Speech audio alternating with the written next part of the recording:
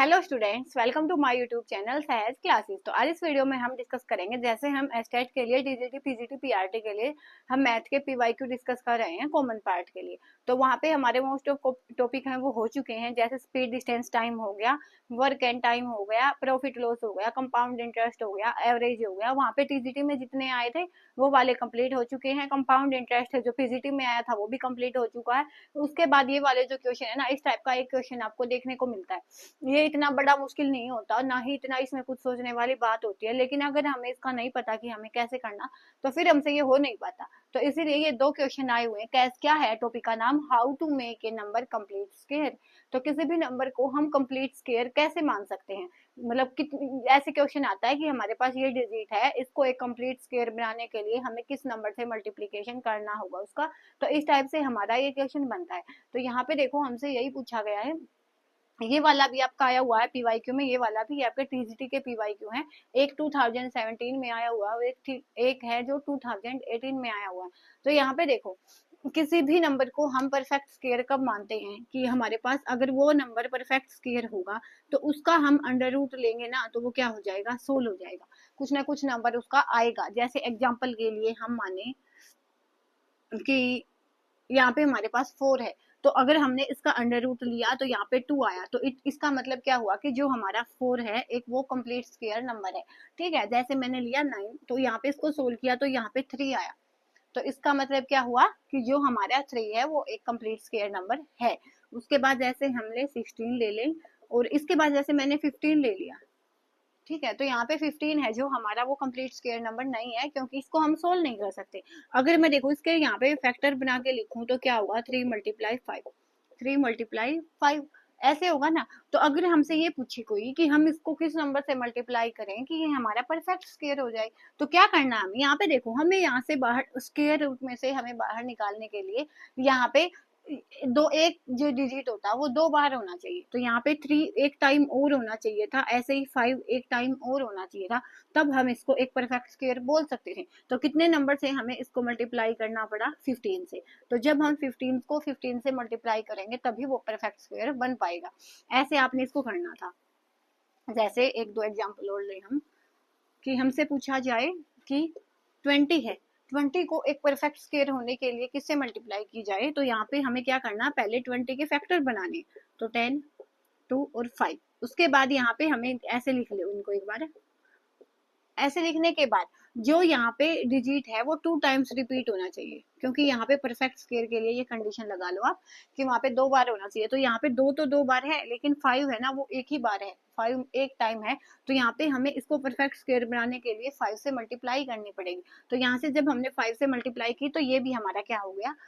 हमारे पास 2 टाइम्स हो गया। तो अब इसको देखो, तो यहाँ पे इसका आंसर क्या आएगा कि ये नंबर हमें 5 से मल्टीप्लाई करना पड़ेगा एक कंप्लीट स्क्वायर बनाने के लिए। तो आप देख भी सकते हो कि यहाँ पे 100 है, तो यहाँ पे ये 10 है, 10 का जो कंप्लीट स्क्वायर नंबर है वो बन जाएगा। ऐसे आपने इसको करना है कि हमारे पास कंप्लीट स्क्वायर नंबर के लिए उसके जो फैक्टर होंगे ना, तो वो क्या होंगे? 2 टाइम्स होंगे जब हम उसके फैक्टर बनाएंगे। तो ये वाली चीज यहाँ से आप समझ सकते हो अपने लिए, अपने लेवल पे इन चीजों को ऐसे मान सकते हो कि हमें यह देखने के लिए कि उसका जो कोई भी जो नंबर है वो कंप्लीट स्क्वायर होगा या नहीं होगा, तो वहां पे हम ये देखेंगे कि हमारे पास जब हम उसके फैक्टर बनाएंगे तो जितने भी डिजिट आएंगे वो 2 टाइम्स है वो रिपीट होने चाहिए। जैसे यहाँ पे हमने 30 ले, हमें पता है कि 30 है, एक स्क्वायर नंबर नहीं होता, लेकिन अगर हमें इसको बनाना हो तो हम क्या करेंगे? हमने क्या बोला है कि हम इसके फैक्टर बनाएंगे और ये देखेंगे कि जितने भी डिजिट इसके फैक्टर्स में आएंगे वो 2 टाइम्स आने चाहिए।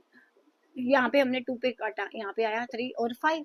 यहाँ पे देखो, जब हम इसको ये ऐसे करेंगे ना, तो यहाँ पे 2 और 3 और 5, तो यहाँ पे 2 भी एक बार है, 3 भी एक बार है और 5 भी एक बार है। तो इसको 2 बार, 2 को 2 बार लिखने के लिए 2 से मल्टीप्लाई, 3 से और 5 से, तो हमारे पास ये क्या बनेगा? इनकी मल्टीप्लाई हो गई, यहाँ पे ये हो जाएगा 900।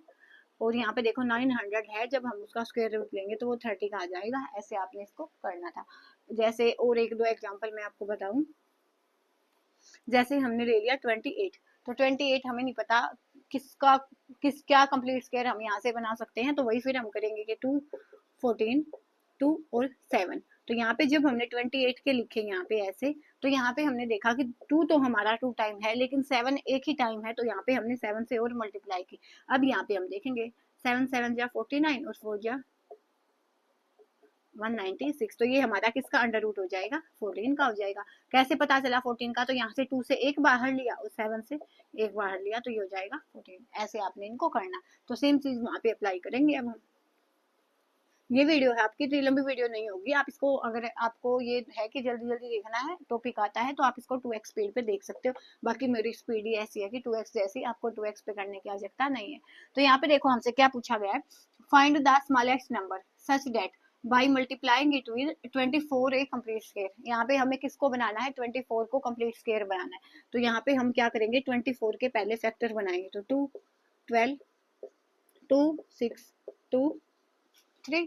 अब हम इसको यहाँ पे ऐसे लिखेंगे कि 2 मल्टीप्लाई 2 मल्टीप्लाई 2 मल्टीप्लाई 3। ठीक है। अब यहाँ पे हमने देखा कि 2 तो हमारा ठीक है, 2 बार आ गया। यहाँ पे ये 2 भी सिंगल है और ये 3 भी सिंगल है। तो इनको कंप्लीट बनाने के लिए हमने इसकी मल्टीप्लाई की 2 और 3 से। तो यहाँ से हमें मल्टीप्लाई की तो क्या आया, ये किससे मल्टीप्लाई करनी पड़ी हमें, ओवरऑल 3 2 जा 6 से। तो हमारा ऑप्शन डी है वो करेक्ट हो जाएगा। ऐसे आपने इसको करना था। अगर ये देखना चाहते हो किसका बनेगा, तो इस 2 से एक 2 बाहर लो, इस 2 से एक 2 और यहाँ से एक 3, तो ये आ जाएगा, ये आएगा। तो यहाँ पे हमारे पास की मल्टीप्लाई करोगे तो 4 2 जा 8, 3 जा 24,